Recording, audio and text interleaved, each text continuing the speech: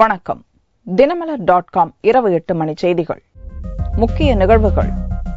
ஜெயலலிதா சொத்து வழக்கு தீர்ப்பு செப்டம்பர் 27ஆம் தேதிக்கு மாற்றம். தற்காலிக நீதிமன்றம் அமைக்க அவகாசம் அளித்து தனி நீதிமன்ற நீதிபதி மைக்கேல் குன்ஹா அறிவிப்பு. வடோதரா தொகுதியில் பாரதிய ஜனதா மீண்டும் அமோக வெற்றி. 9 மாநில சட்டசபை இடைத்தேர்தலில் பின்னடைவு. கிரானைட் கொள்ளை தொடர்பாக சகாயம் தலைமையில் குழு அமைத்து பிறப்பித்த சென்னை உயர்நீதிமன்ற உத்தரவு. விசாரணையில் தாமதம் ஏற்படும் என்று உச்சநீதிமன்றத்தில் தமிழக அரசு அப்பீல். விரிவான செய்திகள். முதல்வர் ஜெயலலிதா மீதான சொத்து குவிப்பு வழக்கில் செப்டம்பர் 27ஆம் தேதி தீர்ப்பு பிறப்பிக்கப்படும் என்று பெங்களூரு நீதிமன்றம் அறிவித்துள்ளது. 1991ஆம் ஆண்டிலிருந்து 1996ஆம் ஆண்டு வரையில் தமிழக முதல்வராக பதவி வகித்த போது வருமானத்துக்கு அதிகமாக 66 கோடி ரூபாய்க்கு சொத்து குவித்ததாக ஜெயலலிதா மீது 1996ஆம் ஆண்டில் திமுக ஆட்சியில் வழக்கு தொடரப்பட்டது. தமிழகத்தில் நடந்து வந்த இந்த வழக்கு 2003ஆம் ஆண்டில் பெங்களூரு தனி நீதிமன்ற மாற்றப்பட்டது. இந்த வழக்கில் இருதரப்பு வாதங்களும் நிறைவடைந்த நிலையில் செப்டம்பர் 20ஆம் தேதி தீர்ப்பு கூறப்படும் என்று கடந்த மாதம் 28ஆம் தேதி தனி நீதிமன்ற நீதிபதி ஜான் மைக்கேல் குன்ஹா அறிவித்தார். அந்நாளில் இவ்வழக்கில் குற்றம் சாட்டப்பட்டுள்ள முதல்வர் ஜெயலலிதா, அவரது தோழி சசிகலா, ஜெயலலிதாவின் முன்னாள் வளர்ப்பு மகன் சுதாகரன், சசிகலாவின் அண்ணி இளவரசி ஆகியோர் கட்டாயம் ஆஜராக வேண்டும் எனவும் நீதிபதி உத்தரவிட்டிருந்தார். இதனிடையே பெங்களூரு தனி நீதிமன்றத்தில் முதல்வர் ஜெயலலிதா ஒரு மனு தாக்கல் செய்தார். தன் உயிருக்கு அச்சுறுத்தல் இருப்பதால் பெங்களூரு தனி நீதிமன்றத்தில் ஆஜராக முடியாது என்றும், எனவே பெங்களூரு அருகே உள்ள பரப்பன அக்ரஹாரத்தில் உள்ள மத்திய சிறை வளாகம் அருகே தற்காலிக நீதிமன்றத்தை உருவாக்கினால் அங்கு தான் ஆஜராக தயார் என்றும் அம்மனுவில் ஜெயலலிதா கூறியிருந்தார். இந்த மனு செவ்வாயன்று நீதிபதி ஜான் மைக்கேல் குன்ஹா முன்னிலையில் விசாரணைக்கு வந்தது. அரசு வக்கீல் பவானி சிங் இதில் எந்த ஆட்சேபனையும் இல்லை என்றும் நீதிமன்றம் எடுக்கும் முடிவை ஏற்பதாகவும் தெரிவித்தார். அதைத் தொடர்ந்து பரப்பன அக்ரஹாரம் அருகே உள்ள கட்டிடத்தில் தற்காலிக நீதிமன்றத்தை உருவாக்கி தீர்ப்பு கூறப்போவதாக நீதிபதி ஜான் மைக்கேல் குன்ஹா அறிவித்தார். தற்காலிக நீதிமன்றத்தை அமைக்க உயர்நீதிமன்ற அனுமதி வாங்க வேண்டியிருப்பதாலும் பாதுகாப்பு ஏற்பாடுகளை செய்ய வேண்டியிருப்பதாலும் தீர்ப்பு தேதியை செப்டம்பர் 20ஆம் தேதியிலிருந்து 27ஆம் தேதிக்கு ஒத்திவைப்பதாகவும் நீதிபதி ஜான் மைக்கேல் அறிவித்தார். Petitioner Selvi Jayalalitha requesting the court to change the venue from City Civil Court to Parapanagara Jail. Today, the City Commissioner also given one letter requesting the Special Judge D. Kunha to change the venue from City Court to Parapanagara. Recommendation given by the City Commissioner is accepted by the Special Judge, and he has postponed the case also from 20th September to 27/9/2014. The same day the judge will pronounce the judgment. Modi ராஜினாமாவால் இடைத்தேர்தலை சந்தித்த குஜராத்தின் வடோதரா தொகுதியில் பாரதிய ஜனதா அமோக வெற்றி பெற்றுள்ளது. மைன்பூரை சமாஜ்வாடியும் மேடக் தொகுதியை தெலங்கானா ராஷ்டிரிய சமிதியும் தக்க வைத்துள்ளன. லோக்சபா தேர்தலில் வாரணாசி, வடோதரா ஆகிய இரு தொகுதிகளில் வெற்றி பெற்ற பிரதமர் மோடி வடோதரா எம்பி பதவியை ராஜினாமா செய்தார். இதனால் வடோதரா தொகுதியில் கடந்த 13ஆம் தேதி இடைத்தேர்தல் நடந்தது. சமாஜ்வாடி கட்சித் தலைவர் முலாயம் சிங் ராஜினாமா செய்த உத்தரப்பிரதேசத்தின் மைன்பூர் லோக்சபா தொகுதி, தெலங்கானா முதல்வர் சந்திரசேகர ராவ் ராஜினாமா செய்த மேடக் லோக்சபா தொகுதி ஆகியவற்றுக்கும் அதே நாளில் இடைத்தேர்தல் நடத்தப்பட்டது. 3 தொகுதிகளிலும் ஓட்டு எண்ணிக்கை செவ்வாயன்று நடந்தது. வடோதராவில் பாரதிய ஜனதா வேட்பாளர் ரஞ்சன் பென் பட் காங்கிரஸ் வேட்பாளர் நரேந்திர ராவத்தை விட 3 லட்சத்துக்கும் அதிகமான வாக்குகள் பெற்று வெற்றி பெற்றார். மைன்புரி தொகுதியில் சமாஜ்வாடி கட்சி சார்பில் நிறுத்தப்பட்ட முலாயம் சிங்கின் பேரன் தேஜ் பிரதாப் பாரதிய ஜனதாவின் பிரேம் சிங் ஷாக்கியாவை தோற்கடித்தார். தெலங்கானாவில் உள்ள மேடக் தொகுதியில் தெலங்கானா ராஷ்டிரிய சமிதி கட்சி வேட்பாளர் டி.கே. பிரபாகர் ரெட்டி தன்னை எதிர்த்து போட்டியிட்ட காங்கிரஸ் வேட்பாளர் சுனிதா லக்ஷ்மா ரெட்டியை படுதோல்வி அடைய செய்தார்.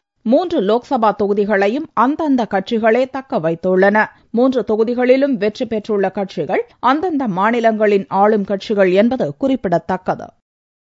9 மாநிலங்களில் 33 சட்டசபை தொகுதிகளில் நடந்த இடைத்தேர்தலில் பாரதிய ஜனதாவுக்கு பின்னடைவு ஏற்பட்டுள்ளது. 3 லோக்சபா தொகுதிகளுடன் சேர்த்து 9 மாநிலங்களில் காலியாக இருந்த 33 சட்டசபை தொகுதிகளுக்கும் செப்டம்பர் 13ஆம் தேதி இடைத்தேர்தல் நடத்தப்பட்டது. உத்தரப்பிரதேசத்தில் பாரதிய ஜனதாவின் 10 எம்எல்ஏக்கள் லோக்சபா தேர்தலில் போட்டியிட்டு எம்பிக்களாக தேர்வாகிவிட்டதால் அவை உட்பட 11 தொகுதிகளில் இடைத்தேர்தல் நடந்தது. இதில் 8 தொகுதிகளை சமாஜ்வாடி கைப்பற்றியுள்ளது. 3 இடங்களை மட்டுமே பாரதிய ஜனதா வென்றுள்ளது. காங்கிரஸ் எல்லா இடங்களிலும் மீண்டும் படுதோல்வியை சந்தித்துள்ளது. இந்த இடைத்தேர்தலை பகுஜன் சமாஜ் கட்சி புறக்கணித்தது.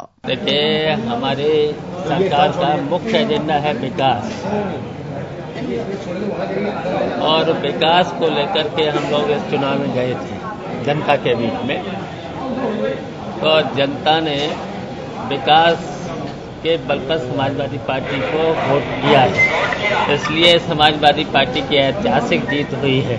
உத்தரப்பிரதேசத்தைப் போலவே குஜராத்திலும் பாரதிய ஜனதாவுக்கு பின்னடைவு ஏற்பட்டுள்ளது. தேர்தல் நடந்த 9 தொகுதிகளில் 6 தொகுதிகளில் பாரதிய ஜனதாவும் 3 இடங்களில் காங்கிரசும் வெற்றி பெற்றுள்ளன. 9 இடங்களும் பாரதிய ஜனதா வசம் இருந்ததால் 3 தொகுதிகளை அது காங்கிரசிடம் பறிகொடுத்துள்ளது. மோடி எம்எல்ஏ பதவியை ராஜினாமா செய்த மணிநகர் தொகுதியை பாரதிய ஜனதா தக்க வைத்துள்ளது.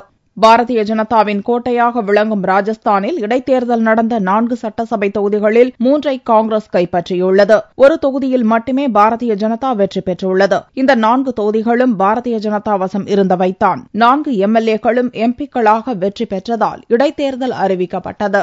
மம்தா பானர்ஜி ஆட்சி நடக்கும் மேற்கு வங்கத்தில் நடந்த 2 தொகுதிகளில் ஒன்றில் திரிணாமுல் காங்கிரஸ் வெற்றி பெற்றுள்ளது. பசிர்ஹத் தொகுதியில் வென்றதன் மூலம் பாரதிய ஜனதா மேற்கு வங்க சட்டசபையில் மீண்டும் தனது கணக்கை துவங்கியுள்ளது.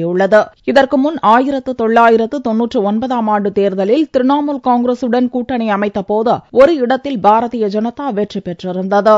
அசாமில் இடைத்தேர்தல் நடந்த 3 சட்டசபை தொகுதிகளில் பாரதிய ஜனதா, காங்கிரஸ், அகில இந்திய ஐக்கிய ஜனநாயக முன்னணி, ஏஐயுடிஎஃப் கட்சி ஆகியவை தலா ஒரு இடங்களில் வெற்றி பெற்றுள்ளன.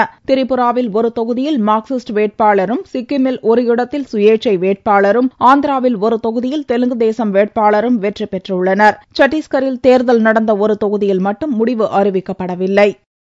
கிரானைட் மற்றும் கனிம மணல் கொள்ளை தொடர்பாக ஐஏஎஸ் அதிகாரி சகாயம் தலைமையில் குழு அமைத்து சென்னை உயர்நீதிமன்றம் பிறப்பித்த உத்தரவை எதிர்த்து தமிழக அரசு உச்சநீதிமன்றத்தில் மேல்முறையீடு செய்துள்ளது. தமிழகத்தில் சட்டவிரோதமாக கனிம மணல் கொள்ளை மற்றும் கிரானைட் முறைகேடுகள் தொடர்பாக விரிவான விசாரணை நடத்த கோரி சமூக ஆர்வலர் டிராபிக் ராமசாமி சென்னை உயர்நீதிமன்றத்தில் வழக்கு தொடர்ந்தார். இவ்வழக்கில் மதுரை கலெக்டராக சகாயம் இருந்தபோது கிரானைட் விவகாரத்தில் அவர் மேற்கொண்ட நடவடிக்கை மற்றும் அவரது இடமாற்றம் குறித்தும் ராமசாமி குறிப்பிட்டிருந்தார். இவ்வழக்கு சென்னை உயர்நீதிமன்றத்தில் கடந்த வியாழனன்று தலைமை நீதிபதி எஸ்.கே. கவுல், புஷ்பா ஆகியோர் கொண்ட முதல் அமர்வில் விசாரணைக்கு வந்தது. அப்போது கிரானைட் முறைகேடு மற்றும் கனிம மணல் கொள்ளை குறித்து ஐஏஎஸ் அதிகாரி சகாயம் தலைமையில் குழு அமைத்து 2 மாதத்தில் அறிக்கை அளிக்க வேண்டும் என்று நீதிபதிகள் உத்தரவிட்டிருந்தனர். இந்த உத்தரவை எதிர்த்து தமிழக அரசு சார்பில் செவ்வாயன்று உச்சநீதிமன்றத்தில் மேல்முறையீட்டு மனு தாக்கல் செய்யப்பட்டது. கிரானைட் கொள்ளை தொடர்பாக பல்வேறு வழக்குகள் பதிவு செய்யப்பட்டு முறையாக விசாரணை நடந்து வருவதாகவும், சகாயம் தலைமையில் புதிதாக குழு அமைத்து மீண்டும் விசாரணை நடத்துவதால் காலதாமதம் ஏற்படும் வாய்ப்புள்ளது என்றும் அந்த மனுவில் கூறப்பட்டுள்ளது. உள்ளாட்சித் தேர்தலில் ஆளுங்கட்சி முறைகேடுகளில் ஈடுபட்டு வருவதாக பாரதிய ஜனதா தாக்கல் செய்த வழக்கில் புதிய புகார் மனுவை மாலைக்குள் போலீசிடம் தாக்கல் செய்ய உத்தரவிட்டு சென்னை உயர்நீதிமன்றம் வழக்கை முடித்து வைத்தது. தமிழகத்தில் உள்ளாட்சித் தேர்தல் வரும் 18ஆம் தேதி நடக்கவுள்ளது. உள்ளாட்சித் தேர்தலில் ஆளுங்கட்சி முறைகேடுகளில் ஈடுபட்டு வருவதாக பாரதிய ஜனதா சார்பில் சென்னை உயர்நீதிமன்றத்தில் வழக்கு தாக்கல் செய்யப்பட்டிருந்தது. இவ்வழக்கு செவ்வாயன்று உயர்நீதிமன்ற நீதிபதி சஞ்சய் கிஷன் அகர்வால் அடங்கிய முதன்மை அமர்வு முன்பு விசாரணைக்கு வந்தது. வழக்கினை விசாரித்த நீதிபதி புதிய புகார் மனுவை இன்று மாலைக்குள் போலீசிடம் தாக்கல் செய்ய வேண்டும் என்று உத்தரவிட்டு வழக்கை முடித்து வைத்தனர். பிஜேபி கட்சியினர் போட்ட வழக்கு தலைமை நீதிமன்ற விசாரணைக்கு வந்தது. அதில் நிறைய வேட்புமனுக்கள் நிராகரிக்கப்பட்டதாகவும், அந்தந்த பூத்துகளில் கலாட்டம் நடந்ததாகவும் கம்ப்ளைண்ட் செய்யப்பட்டிருந்தது. அது பற்றி மாநில தேர்தல் ஆணையம் முறையாக நடவடிக்கை எடுத்து அதிகாரிகளுக்கு முறையான ஆணையிட்டு தேர்தலை சிறப்பாக நடத்த உத்தரவிட்டது என்பதை சுட்டிக்காட்டினோம். அதனை ஏற்றுக்கொண்ட தலைமை நீதிபதி பெஞ்ச் வழக்கினை தள்ளுபடி செய்து மாலை 3 மணிக்கு பிஜேபியினுடைய தலைவர்கள் அழைத்து விசாரணை நடத்தி அறிக்கை தருமாறு உத்தரவிட்டது. ஏற்கனவே போதிய அவகாசம் அளிக்கவில்லை என்று சுட்டிக்காட்டி உள்ளாட்சி இடைத்தேர்தலை ரத்து செய்ய கோரி தாக்கல் செய்த மனுவை சென்னை உயர்நீதிமன்றம் தள்ளுபடி செய்து உத்தரவிட்டிருந்தது. உள்ளாட்சி இடைத்தேர்தலில் போட்டியிடும் மற்ற கட்சி வேட்பாளர்களை அதிமுகவினர் மிரட்டுவதாக பாரதிய ஜனதா மாநில பொதுச் செயலாளர் வானதி சீனிவாசன் குற்றம் சாட்டினார். கோவை மேயர் தேர்தலில் தேசிய ஜனநாயக கூட்டணி சார்பில் பாரதிய ஜனதா வேட்பாளர் நந்தகுமார் போட்டியிடுகிறார். இவரை ஆதரித்து பாரதிய ஜனதா மாநில பொதுச் செயலாளர் வானதி சீனிவாசன் பிரச்சாரம் செய்தார். அப்போது செய்தியாளர்களிடம் பேசிய வானதி, கோவை மட்டுமின்றி உள்ளாட்சி இடைத்தேர்தல் நடைபெறும் அனைத்து பகுதிகளிலும் பணப்பட்டுவாடாவில் அதிமுகவினர் ஈடுபட்டதாகவும், இதுகுறித்து தேர்தல் ஆணையம் எவ்வித நடவடிக்கையும் எடுக்கவில்லை என்றும் குற்றம் சாட்டினார். மேலும் இடைத்தேர்தலில் போட்டியிடும் வேட்பாளர்களை ஆளும் கட்சியினர் மிரட்டி வருவதாக இருப்பதாகவும் அவர் கூறினார். பாரதிய ஜனதா கட்சி வேட்பாளர்கள் மட்டுமல்ல, மற்ற கட்சியினுடைய வேட்பாளர்கள் சுயேட்சைகள் கூட மிரட்டப்பட்டதாக தகவல்கள் இருக்கிறது. பணம் கொடுத்து விலைக்கு வாங்கியதாக தகவல்கள் இருக்கிறது. அதிமுகவினர் தொடர்ச்சியாக களத்தில் வேறு யாரும் இல்லாத அளவிற்கு பார்த்துக் கொள்வதில் மிக தீவிரமாக இருக்கிறார்கள் என்பதுதான் உண்மை. மக்கள் மீது நம்பிக்கை இல்லாததால் கோவையில் ஏராளமான அதிமுக அமைச்சர்களும் எம்எல்ஏக்களும் முகாமிட்டிருப்பதாகவும், தோல்வி பயம் இருந்திருந்தால் தேசிய ஜனநாயக கூட்டணி போட்டியிட்டு இருக்காது என்றும் வானதி சீனிவாசன் கூறினார். தமிழக முதல்வர் பெயருக்கு குந்தகம் விளைவிக்கும் முறையில் டுவிட்டரில் கருத்து வெளியிட்டதாக சுப்பிரமணிய சுவாமி மீது மேலும் ஒரு அவதூறு வழக்கு தாக்கல் செய்யப்பட்டுள்ளது. பாரதிய ஜனதா கட்சியின் மூத்த தலைவர்களில் ஒருவரான சுப்பிரமணிய சுவாமி டுவிட்டர் வலைதளத்தில் தமிழக முதல்வர் ஜெயலலிதா குறித்து தெரிவித்துள்ள கருத்து தமிழக முதல்வர் பெயருக்கு குந்தகம் விளைவிக்கும் வகையில் உள்ளதால் அவர் மீது தமிழக அரசு சார்பில் அவதூறு வழக்கு தொடரப்பட்டுள்ளது. டாக்டர் சுப்பிரமணிய சுவாமி அவர்கள் தன்னுடைய ட்விட்டரிலே ஜே அரசு தீவிரவாத அமைப்பான LTT அமைப்போடு நண்பர்களாக இருந்தார்கள், நட்புறவு வைத்திருந்தார்கள் என்றும், எனவேதான் LTT அமைப்புடைய திலீபனுடைய மெமோரியல் மீட்டிங்கை, அதாவது அனுதாப கூட்டத்தை தமிழ்நாடு எங்கும் அனுமதி கொடுத்தது தமிழக அரசுடைய காவல்துறை அனுமதி கொடுத்திருக்கிறது என்று அவர் ட்விட்டரிலே செய்துள்ளார். அது இந்தியாவில் மட்டுமல்ல, உலகெங்கும் தமிழ்நாடு பூராவும் அந்த செய்தி பரவியுள்ளது. அந்த செய்தி பொய்யான செய்தி, உள்நோக்கத்தோடு அனுப்பப்பட்ட செய்தி. எனவே அந்த செய்தியால் தமிழக முதலமைச்சர் நற்பெயருக்கும் புகழுக்கும் களங்கம் ஏற்படுத்த வேண்டும் என்ற ஒரே நோக்கத்தோடு ட்விட்டரில் அந்த செய்தியை பரப்பியுள்ளார். எனவே அந்த செய்தியை ட்விட்டரில் பரப்பிய சுப்பிரமணிய சுவாமி அவர்கள் மீது இன்று சென்னை முதன்மை அமர்வு நீதிமன்றத்திலே மாண்புமிகு முதலமைச்சர் சார்பாக ஒரு அவதூறு வழக்கு தாக்கல் செய்துள்ளோம். சுப்பிரமணிய சுவாமி மீது முதல்வர் ஜெயலலிதா சார்பில் ஏற்கனவே 2 அவதூறு வழக்குகள் தொடரப்பட்டுள்ளது என்பது குறிப்பிடத்தக்கது.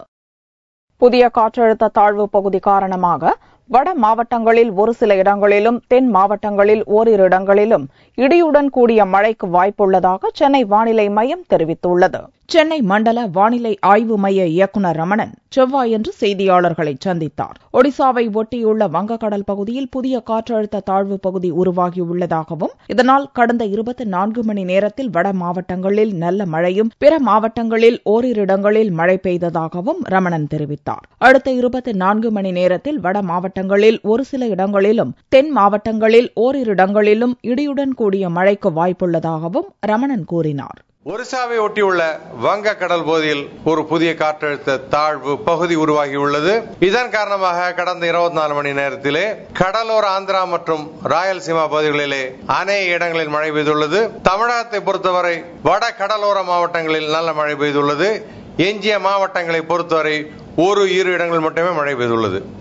அந்த தரவுகளின் அடிப்படையில் மிக அதிகமான மழை 7 சென்டிமீட்டர் புதுச்சேரி மற்றும் காஞ்சிபுரம் மாவட்டத்தில் காட்டுக்குப்பத்தில் பதிவாகியுள்ளது. வாரம் 24 மணி நேரத்தை பொறுத்தவரையிலே வட மாவட்டங்களில் ஒரு சில இடங்களிலும், தென் மாவட்டங்களில் ஒரு இடங்களிலும் இடியுடன் கூடிய மழை வருவதற்கான வாய்ப்புண்டு. சென்னை நகரை பொறுத்தவரை வானம் மேகமூட்டத்துடன் இருக்கும். நகரின் சில பகுதியில் மழை வர வாய்ப்புண்டு. திங்கட்கிழமை இரவு முதல் செவ்வாய்க்கிழமை காலை வரை சென்னையில் பரவலாக மழை பெய்தது. இதனால் தாழ்வான பகுதிகளில் மழைநீர் தேங்கியதால் இயல்பு வாழ்க்கை பாதிக்கப்பட்டது. திருச்சியில் மின்கசிவால் ஏற்பட்ட தீ விபத்தில் தந்தை, மகள் இருவரும் உடல் கருகி பரிதாபமாக உயிரிழந்தனர். திருச்சி மாவட்டம் பாலக்கரை தர்மநாதபுரம் பகுதியைச் சேர்ந்த அடைக்கலராஜ் என்பவர் வீட்டின் 2வது மாடியில் குடிசை அமைத்து குடும்பத்தினருடன் வசித்து வந்தார். முதல் தளத்தில் அவருடைய சகோதரர் வின்சென்ட், மனைவி செல்வராணியுடன் வசித்து வருகிறார். திங்கட்கிழமையன்று இரவு மனைவி ரோஸ்லின், மகன் ரித்திஷ், மகள் நிஷாவுடன் அடைக்கலராஜ் தமது வீட்டில் உறங்கியுள்ளார். செவ்வாய்க்கிழமையன்று அதிகாலை ஏற்பட்ட மின்கசிவால் அடைக்கலராஜ் வசிக்கும் குடிசையில் தீப்பிடித்தது. கீழே இறங்கும் படிக்கட்டுகள் குறுகலாக இருந்ததால் குடிசையில் இருந்தவர்கள் இறங்க முடியவில்லை. அடைக்கலராஜின் மனைவி ரோஸ்லினும் மகன் ரித்திஷும் அங்கிருந்து கீழே குதித்து உயிர் தப்பினர். மகள் நிஷாவுடன் அடைக்கலராஜ் குதிக்க முயன்ற போது பற்றி எரிந்த குடிசை இருவர் மீதும் விழுந்தது. இதில் அடைக்கலராஜ், நிஷா இருவரும் உடல் கருகி உயிரிழந்தனர். முதல் தளத்தில் வசித்த வின்சென்ட் மற்றும் அவருடைய மனைவி செல்வராணி, ரோஸ்லின், ரித்திஷ் ஆகிய 4 பேர் படுகாயமடைந்த நிலையில் மீட்கப்பட்டு சிகிச்சைக்காக மருத்துவமனையில் அனுமதிக்கப்பட்டனர். இங்க ஒரு வீடு எரிஞ்சுக்கிட்டு இருந்தது. மேல ரொம்ப கரும்புகையோட எரிஞ்சுக்கிட்டு இருந்தது. அதுல சுமார் 6 பேர், ஒரு 10 பேர் மாட்டியிருந்தாங்க. அதில் 4 பேர் இன்ஜூர்டு. 2 லேடிஸ், ஒரு குழந்தை, ஒரு ஜென்ஸ், அவங்கள ஹாஸ்பிட்டல் அனுப்பிச்சிட்டு மீதி 6 பேர் கொஞ்சம் சேஃபாக இருந்தாங்க. அவங்கள வெளியே அனுப்பிச்சிட்டு எங்களுடைய தீ விபத்து அணைக்கும் பணியில் ஈடுபட்ட போது பாதி அணைக்கும் போது அதில் ஒரு மேலும் ஒரு குழந்தையும் அதில் ரொம்ப எரிஞ்சு டெத் ஆகியிருந்தாங்க. அப்புறம் பூரா அணைச்சிட்டு மேலும் விபத்து நடந்த இடத்தை மாவட்ட போலீஸ் துணை கமிஷனர் அபினவ் குமார் நேரில் சென்று பார்வையிட்டார். விபத்து குறித்து பாலக்கரை போலீசார் வழக்கு பதிவு செய்து விசாரணை நடத்தி வருகின்றனர். நெல்லை அருகே 5ஆம் வகுப்பு பயிலும் சிறுமியிடம் பாலியல் துன்புறுத்தலில் ஈடுபட்ட தலைமை ஆசிரியரை போலீசார் கைது செய்தனர். நெல்லை மாவட்டம் நாங்குநேரி அருகே உள்ள சூரங்குடியில் ஊராட்சி ஒன்றிய துவக்கப்பள்ளி செயல்பட்டு வருகிறது. இதன் தலைமை ஆசிரியராக கன்னியாகுமரி மாவட்டம் ரவிபுதூரைச் சேர்ந்த 54 வயதுடைய சுப்பிரமணியன் என்பவர் பணியாற்றி வருகிறார். இன்னொரு பெண் ஆசிரியையும் இங்கு பணிபுரிகிறார். இந்நிலையில் தலைமை ஆசிரியர் சுப்பிரமணியன் 5ஆம் வகுப்பு பயிலும் சிறுமியிடம் பாலியல் ரீதியாக துன்புறுத்தியதாக சிறுமியின் பெற்றோர் நாங்குநேரி போலீசாரிடம் புகார் அளித்தனர். இந்த சம்பவம் குறித்து வழக்கு பதிவு செய்த போலீசார் சுப்பிரமணியனை கைது செய்தனர். குழந்தைகள் படிக்கிறது வாத்திரம் தெய்வத்துக்கு சமம். இப்படி தப்பு பண்ணால் அந்த மாதிரி வாத்திரம் நடு ரோட்டில் விட்டு சுடணும் இல்லையா? இந்த மாதிரி ஸ்கூல்ல எங்கேயுமே நடக்கக்கூடாது. அந்த மாதிரி நல்ல மாதிரி படிச்சு கொடுத்தா அந்த வாத்திரம் இருக்கணும். எல்லாம் வாழ்க்கையில அவங்க எங்கேயுமே லைஃப்ல வேலை இல்லாத அளவுக்கு ஆக்கிருங்க. வாத்தியார் இந்த மாதிரி பிள்ளைகள் சின்ன பிள்ளைகளை கூப்பிட்டு தப்பா பண்ணியிருக்காரு. அவரை நம்பி தான் பிள்ளைகளை அனுப்புதானாங்க. இதுக்கு உடனே நடவடிக்கை எடுக்கணும். பணி நீக்கம் பண்ணனா தான் இதுக்கு ஒரு தீர்வு காண முடியும். இரு ஆசிரியர்கள் பள்ளியான சூரங்குடி ஊராட்சி ஒன்றிய துவக்கப்பள்ளியில் மொத்தம் 17 மாணவ மாணவிகளே பயின்று வருகின்றனர். இந்த சம்பவத்தை தொடர்ந்து குழந்தைகளை பள்ளிக்கு அனுப்ப பெற்றோர் மறுத்துள்ளனர். தங்கத்தின் விலை திங்கட்கிழமை அன்று சவரனுக்கு 48 ரூபாய் அதிகரித்திருந்தது. ஒரு சவரன் தங்கம் 20,520 ரூபாய்க்கு விற்பனையானது. 1 கிராம் ஆபரண தங்கம் 2,565 ரூபாயாக இருந்தது. வெள்ளி கிராமுக்கு 20 காசுகள் உயர்ந்து 1 கிராம் 44 ரூபாய் 20 காசுகளுக்கு விற்பனையானது. பார் வெள்ளியின் விலை 41,275 ரூபாயாக இருந்தது. மீண்டும் செய்திகள் இந்திய நேரப்படி புதன்கிழமை மாலை 4 மணிக்கு. வணக்கம்.